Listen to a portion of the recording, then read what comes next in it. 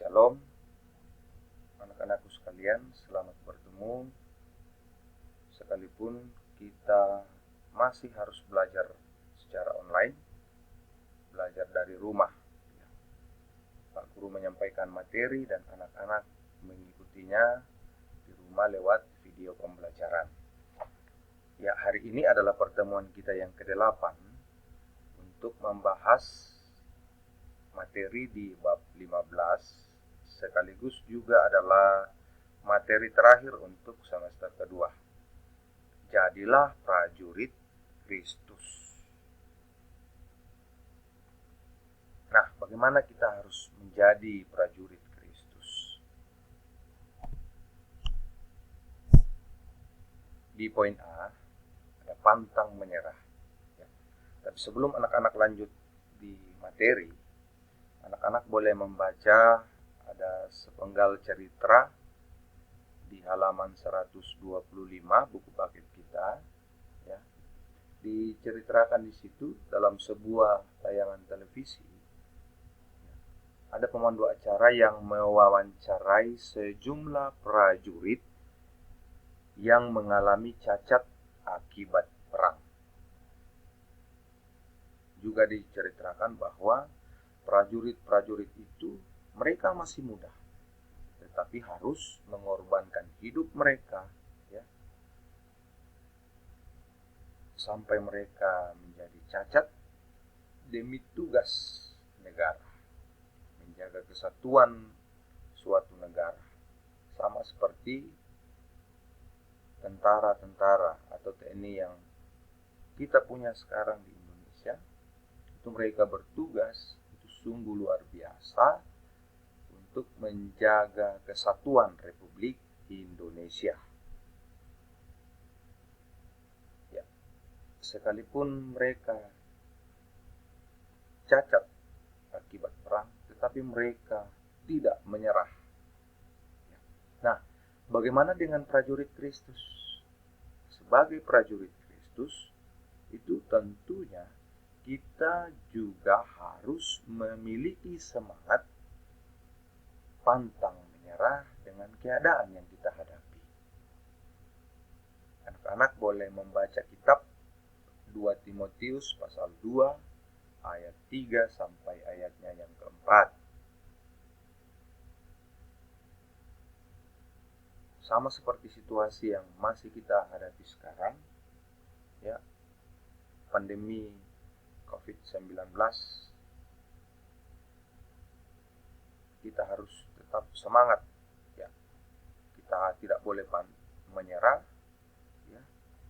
Tetapi juga kita tidak boleh mengabaikan anjuran atau pemerintah, yakni tetap mematuhi protokol kesehatan. Nah, Paulus dan Silas itu adalah prajurit Tuhan yang gagah perkasa. Di daerah Filipi, itu mereka menyembuhkan seorang anak perempuan yang terkena tenung. Nah, apa itu tenung? Tenung itu semacam ahli sihir atau ahli nujum. Nah, akan tetapi majikannya yang diuntungkan karena mendapatkan uang. Nah, karena ini anak, ya, pintar meramal, ya, pintar mengobati,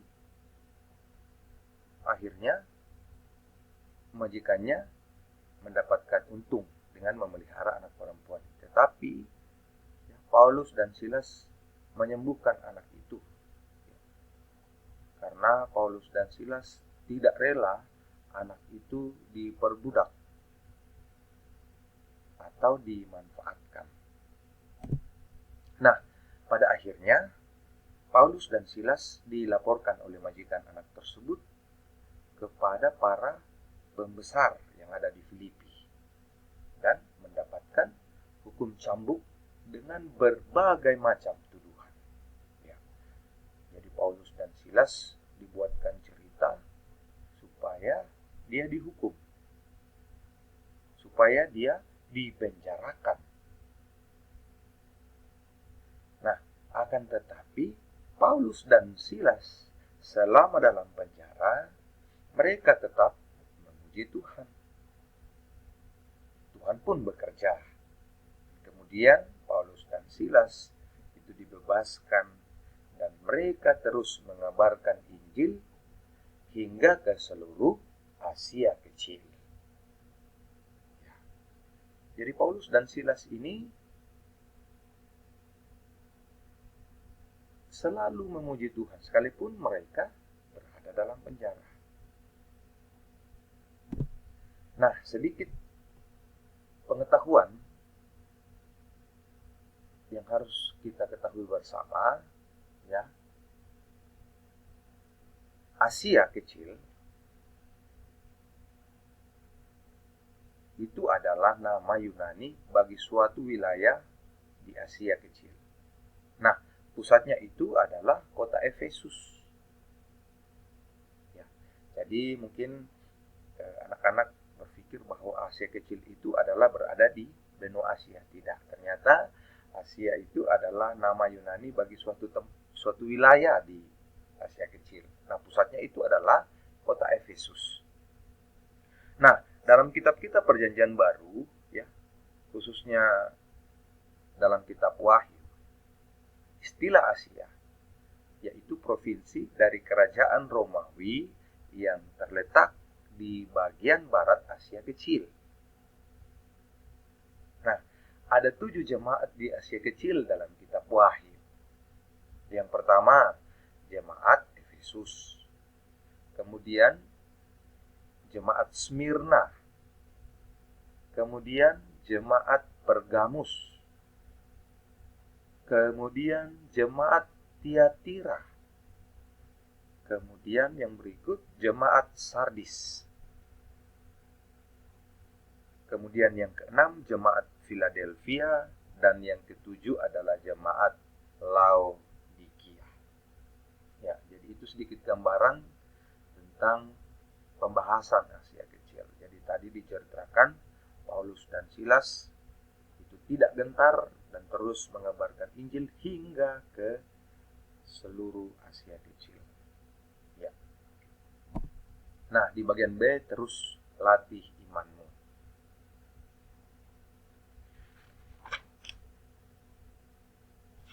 Nah, anak-anak, di buku paket halaman 126 itu juga ada sebuah cerita tentang seorang olahragawan.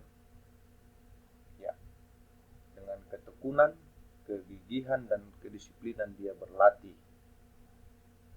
dan berharap kelak dia akan mendapatkan juara. Nah, dalam kehidupan kita itu sering dihadapkan pada berbagai masalah. Ya, sering kita mengalami yang namanya masalah, sering menemui yang namanya masalah. Namun Tuhan mengingatkan kita untuk bertekun dalam penderitaan yang menguji iman kita. Nah, ini anak-anak boleh baca dalam kitab Roma pasal 1 ayat 17.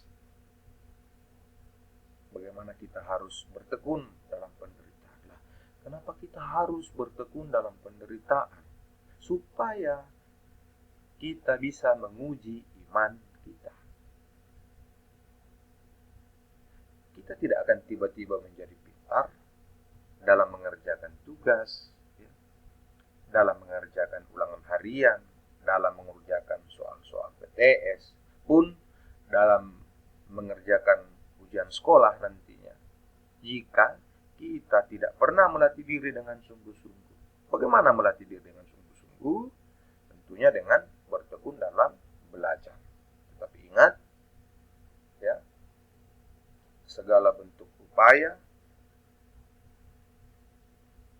segala bentuk usaha itu sia-sia tanpa dilandasi dengan doa kepada Tuhan.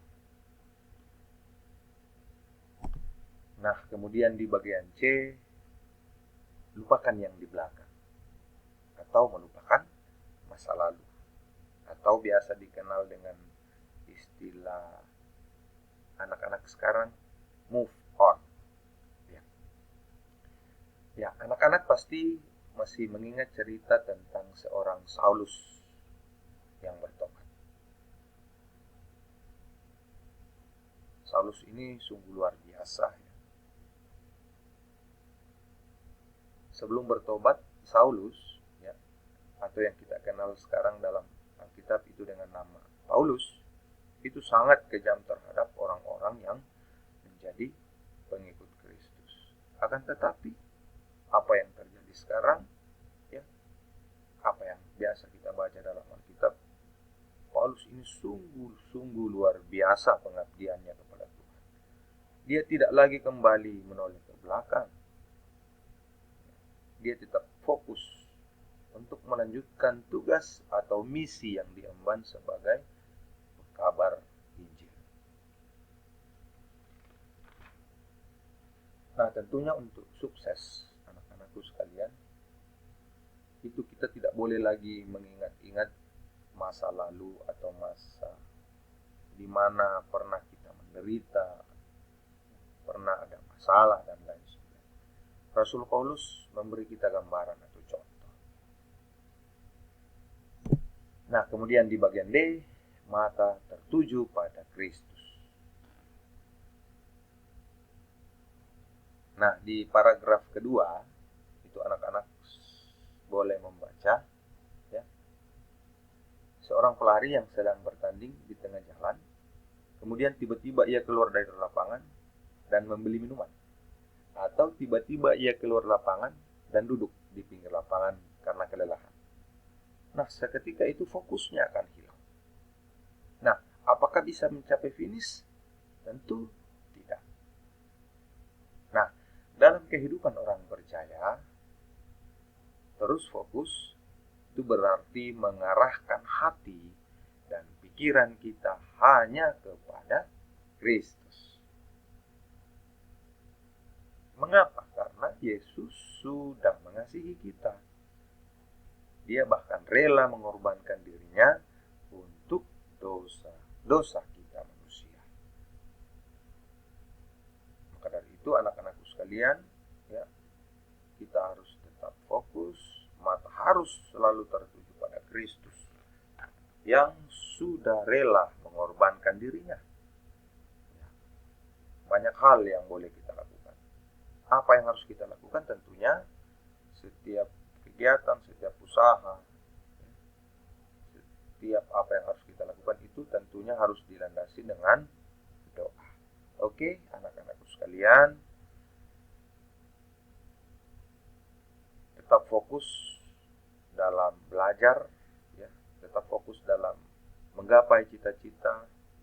Kita doa bersama-sama, semoga apa yang kita cita-citakan, apa yang kita impikan boleh kita dapatkan suatu hari kelak. Jika ada yang kurang dipahami, silakan ditanyakan. Oke, selamat mempersiapkan diri anak-anakku sekalian. Tuhan Yesus memberkati. Shalom.